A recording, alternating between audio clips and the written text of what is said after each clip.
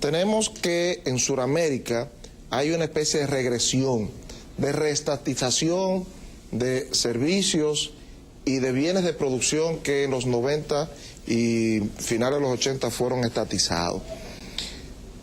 Su candidatura está sustentada por mucha gente de izquierda que pudieran tener ciertas simpatías con quienes en Sudamérica están montados en la nueva ola de reestatización. ¿Esa ola le simpatiza al candidato presidencial Guillermo Moreno? Y si ha contemplado reestatizar servicios o bienes de producción, ¿cuáles ya ha identificado? Mire, lo que ha quedado claro ahora en esta década última es los fracasos de la política neoliberal, que le asignaban al mercado los roles no solamente de decidir qué producir, sino supuestos roles de distribución. Lo que hoy día está en bancarrota son esas políticas. Nosotros, el planteamiento central es que nosotros creemos en una reasignación del papel del Estado como garante, en primer lugar en nuestro país, del desarrollo nacional. Y hemos dicho que debe ser un desarrollo nacional integral y sustentable. Y eso es una misión del Estado, adoptar políticas públicas, no solo políticas monetarias, políticas públicas, política económica para garantizar el desarrollo, que en nuestra visión debe ser apuntalando los sectores productivos nacionales. Nosotros tenemos que ser capaces en la República Dominicana, y el Estado tiene eso como una misión central, tenemos que ser capaces de producir la mayor cantidad de bienes y servicios de lo que producimos. Tenemos que ser capaces, si tenemos esa visión, de lograr que si vamos a impulsar la inversión extranjera, sea hacia las áreas para fomentar la producción, sobre todo la producción para la exportación. No tiene sentido que nosotros fomentemos la producción, la inversión extranjera para que produzcan bienes que vengan a desplazar al productor nacional. Podemos privilegiar una línea de inversión extranjera para producir bienes para la exportación, con lo cual crece la capacidad de exportación y productiva del país. Entonces, el centro es ese, el centro es cómo nosotros debemos apuntalar los sectores productivos del país y desde el Estado definir políticas y empujar para que eso sea así. Y si eso requiere de la construcción de caminos y mejoría de caminos y de carreteras, si eso requiere de un servicio exterior que esté al servicio de la producción nacional, si eso requiere de inversión en tecnología, para que nosotros podamos aprovechar los avances tecnológicos para tener una mayor producción. Si eso se requiere de adopción de medidas para lograr unos niveles de mayor productividad y de integración de distintos sectores, turismo. Nosotros tenemos en el turismo nuestro primer mercado interno de exportación, valga la redundancia, porque ahí tenemos un mercado cautivo.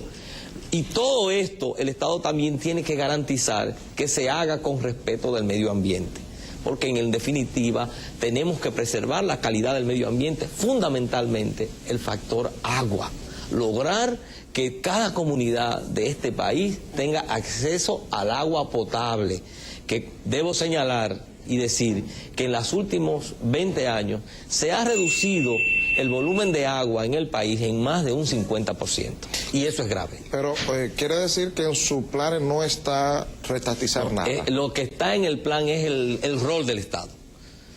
Son decisiones que se deben adoptar en función de esa línea gruesa, que es que el Estado es un propiciador y garantiza el desarrollo nacional. Y todo lo que fuere necesario para lograr ese objetivo, entonces hay que adoptar la medida.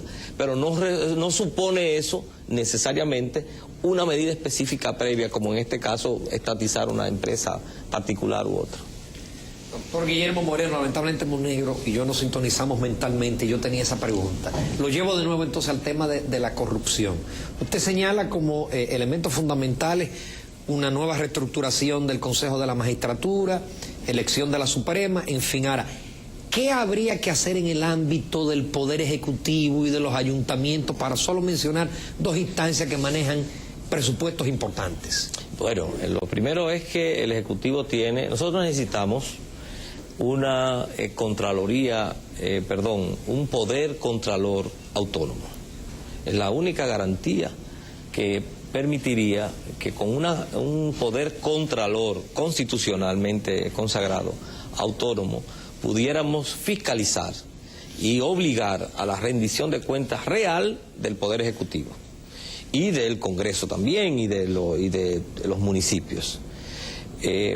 Necesitamos, por ejemplo, que el Poder Ejecutivo respete leyes como no solo el libre acceso a la información pública, que es un mecanismo de control y de fiscalización por parte de los ciudadanos, de los periodistas, que también son ciudadanos, sobre la gestión pública, sino también respetar la ley de contratación de servicios y de inversiones en el Estado, que este gobierno no la respeta. En el caso de la construcción del metro, fueron decenas y decenas de las obras y tramos que se construyeron y no se respetó, como en muchos otros casos. Es decir, lo primero que tenemos es que lograr que el Poder Ejecutivo se someta a la legalidad. Aún logremos nuevas legislaciones, pero tiene que haber esa voluntad y decisión.